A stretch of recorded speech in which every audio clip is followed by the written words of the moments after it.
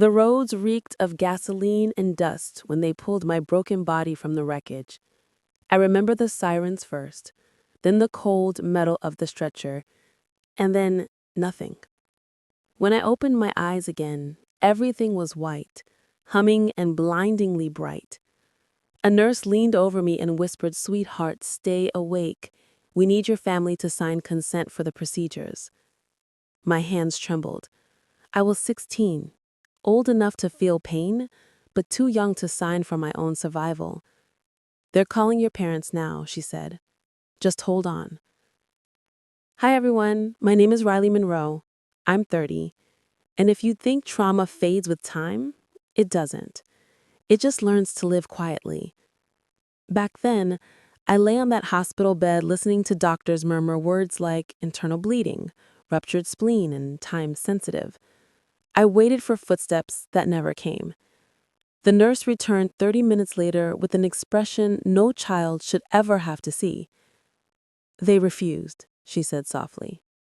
"What?" "Your father said, 'Let me know if she doesn't survive. I don't have time for paperwork.'" The world tilted, but not from the injury, from the betrayal. My mother didn't call. My brother didn't show. Their silence spoke louder than any ink could. The hospital tried again, and again, no answer. Finally, an older surgeon said, "Contact the grandfather." They did. He answered on the first ring.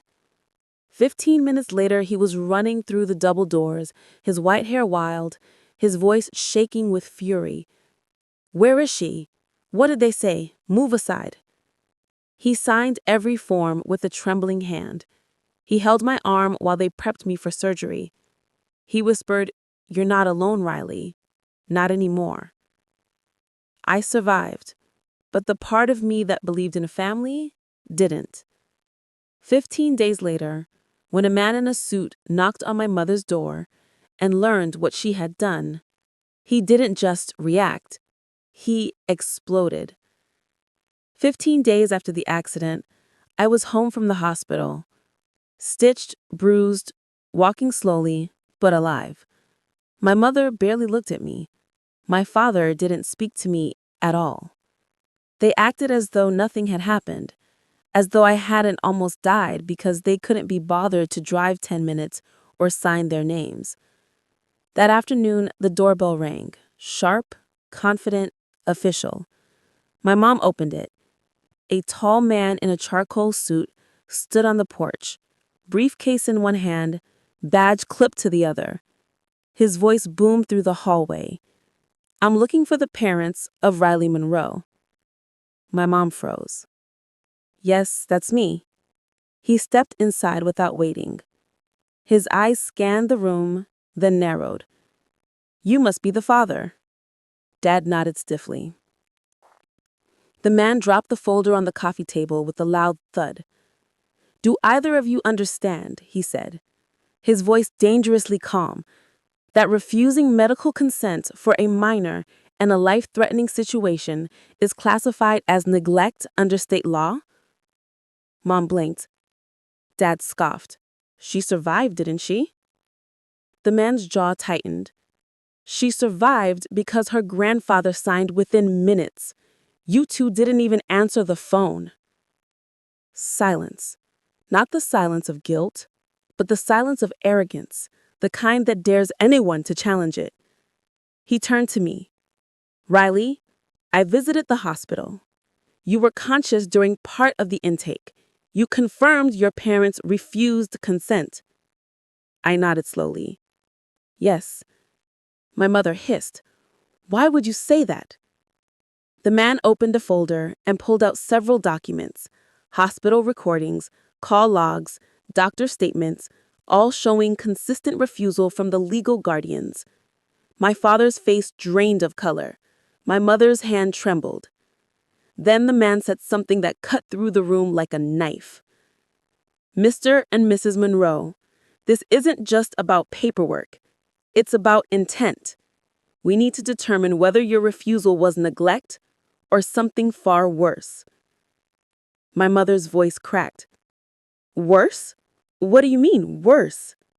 He opened another file.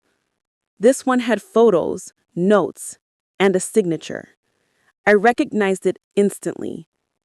Grandpa's. The man in the suit placed the second file gently on the table, like someone setting down a bomb.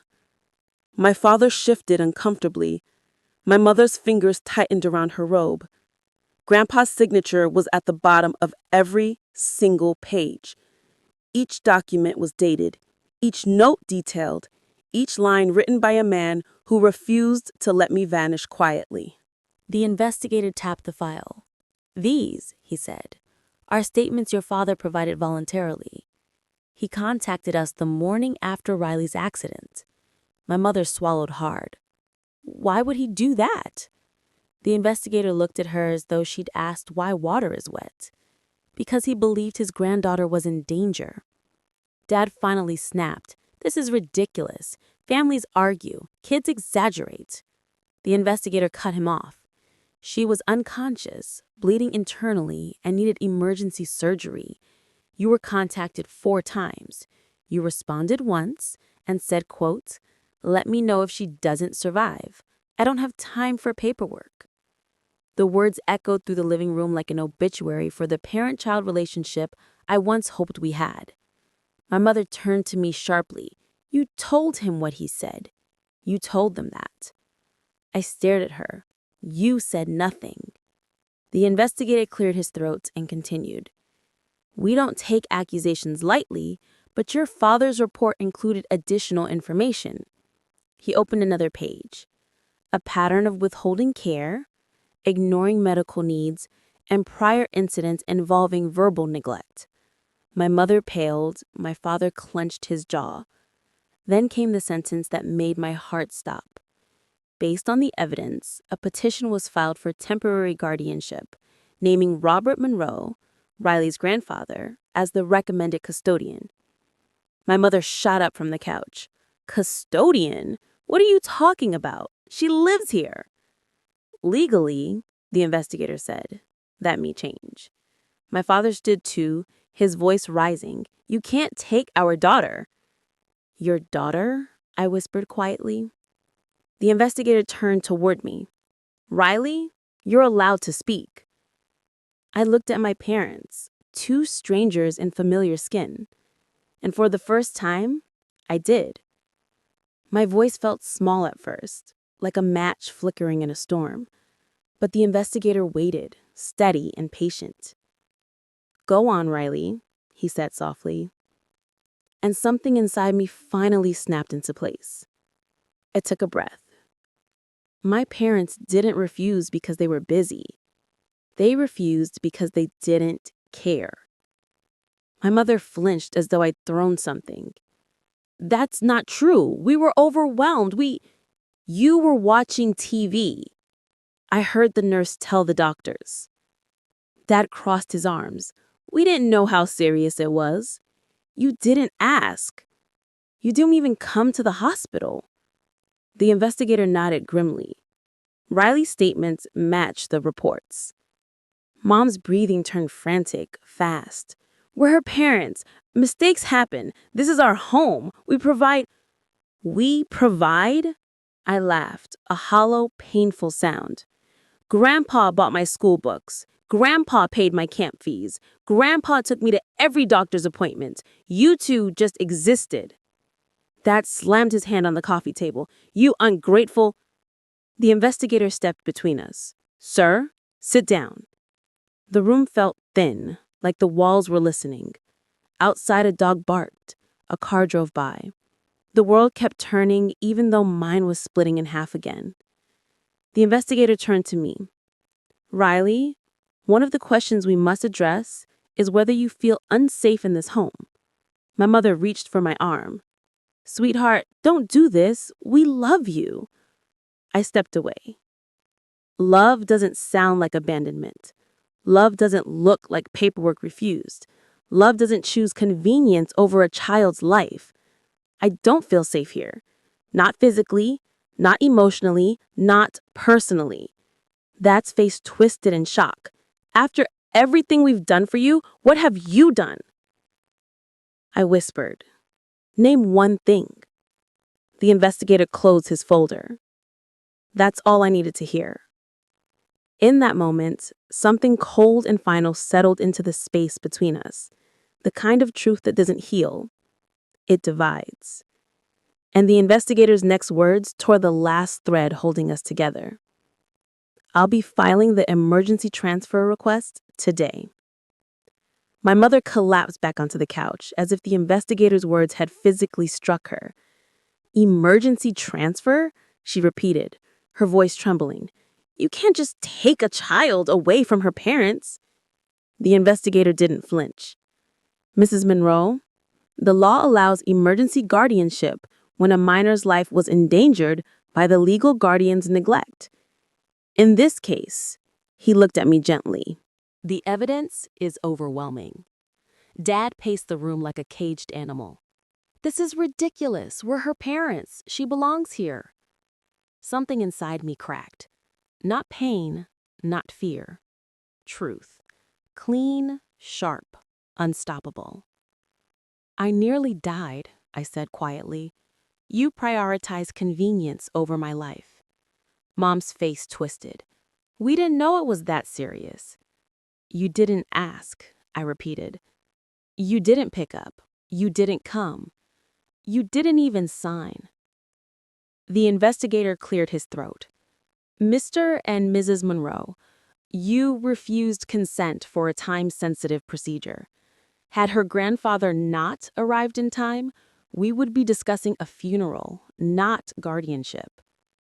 Dad pointed at me like I was the problem. She's turning everyone against us. The investigator lifted a brow. She didn't create the evidence, she survived it. Just then, a knock echoed sharply through the house. My mother jolted. My father froze. The investigator opened the door. Grandpa stood there. His eyes were tired, but blazing with controlled rage. He walked past my parents without acknowledgement and came straight to me. You ready, kiddo? He asked softly. I nodded. Mom sprang up. You can't take her. She lives here. This is her home. Grandpa turned to her, his voice steady as stone. No, this is where she sleeps. Home is where someone chooses her. Dad's voice cracked with desperation. You can't just... Grandpa reached into his coat and held up a stamped document. Court order, effective immediately. My mother let out a sound I'd never heard, half rage, half disbelief. My father sat down hard, like gravity had grown heavier. The investigator looked at me. Gather what you need. You won't be coming back tonight. I walked to my room slowly, each step peeling away another layer of fear. For the first time in 16 years, I wasn't leaving a house, I was escaping it. I closed my bedroom door behind me and leaned against it, breathing in the silence. A silence that suddenly felt different. Not afraid, not tense, just ending. I looked around at the room I'd grown up in. The faded posters, the chipped dresser, the bed with the uneven leg. A childhood built on crumbs of affection and a mountain of pretending. I grabbed a small duffel bag. I didn't own much. My parents never spent money on me unless someone was watching. I packed slowly. A few shirts, jeans, my sketchbook, the necklace Grandpa gave me when I turned 11. When I stepped back into the hallway, I heard my parents arguing with the investigator. Mom's voice was shrill. She's manipulating you. She's dramatic. She always wants attention. Grandpa's voice cut through like a blade. She wanted survival. You chose inconvenience. The investigator motioned me forward. You ready? As we walked toward the door, my father stood in our path. You'll regret this, he said, eyes cold.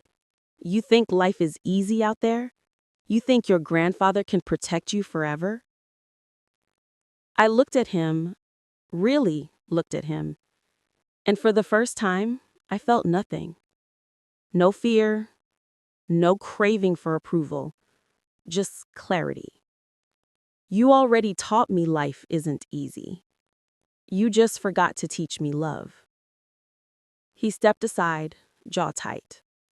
Mama reached for me desperately. Riley, please don't do this. We're your parents. I walked past her. Parents, show up. I whispered. You didn't. When the front door opened, the late afternoon sun spilled across the floor. Warm, golden, real. It felt like the first true light I'd seen in years. Outside, Grandpa placed a gentle hand on my back. Come on, kiddo. You're safe now. As I walked down the steps with my small bag, the investigator behind me, I didn't look back. Not once. Because some homes aren't homes. Some are just places you learn to outgrow. Grandpa's truck smelled like old leather and peppermint, the sense of every safe place I'd ever known. As we pulled away from the house, I watched my parents through the window. Mom stood shaking, one hand over her mouth. Dad stared at the ground like he had misplaced something valuable. Neither of them stepped on the porch. Neither of them called my name. Not once. The investigator followed us in his car until we reached Grandpa's neighborhood. Quiet streets, trimmed hedges, the kind of place where people waved at strangers. The opposite of everything I had known. Inside Grandpa's home, the lights were warm. The floor creaked, and the air smelled faintly of cinnamon. He set my duffel bag down. This, he said gently, is your room now. My throat tightened. The room wasn't fancy, just a soft bed, a worn rug, and a window overlooking the trees. But it felt like something I'd never had before. Mine. We sat at the small kitchen table with 2 mugs of cocoa. Grandpa cleared his throat. I should have taken you sooner, he said. I saw signs. I didn't push hard enough. You saved my life, I whispered. I did what any real family should do. Later that night while I unpacked, Grandpa knocked softly. There's something you need to know, he said. The investigator, he wasn't just following protocol. He was following evidence. He handed me another envelope, thick, official, heavy. Inside were reports I'd never seen. Notes from teachers who'd reported concerns, a pediatrician's letter about missed appointments, financial records showing how often my parents refused essential expenses, 3 previous welfare checks my parents lied about. I stared at the papers, numb. They knew, I whispered. People knew, Grandpa said softly. Your parents blocked everything. He paused and looked at me with eyes full of truth and sorrow. The man in the suit, he didn't just come for what happened at the hospital. My heart pounded. He came because your parents were already under investigation. And tomorrow, you will learn why. The next morning, sunlight spilled across the room like a quiet reminder. You're safe. But my chest still felt tight. As Grandpa called me into the living room. The investigator was already there, seated on the couch with the folder on his lap. The thick one. I hadn't opened yet. He cleared his throat. Riley, before we close the guardianship hearing, you deserve the full truth. Grandpa sat beside me, steady and warm, like a wall, protecting me from every memory that still hurt. The investigator opened the folder. There were 3 welfare reports before your accident, he said, all dismissed because your parents were cooperative during visits. But the hospital incident changed everything. I swallowed and looked at the reports. He handed me a document. I scanned line after line. Missed medical appointments, untreated injuries, lack of supervision, emotional neglect, deliberate withholding of necessities. My fingers trembled.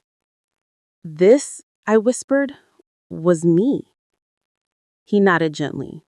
You minimized a lot, Riley. Kids often do. He handed me another page, the final trigger for the investigation.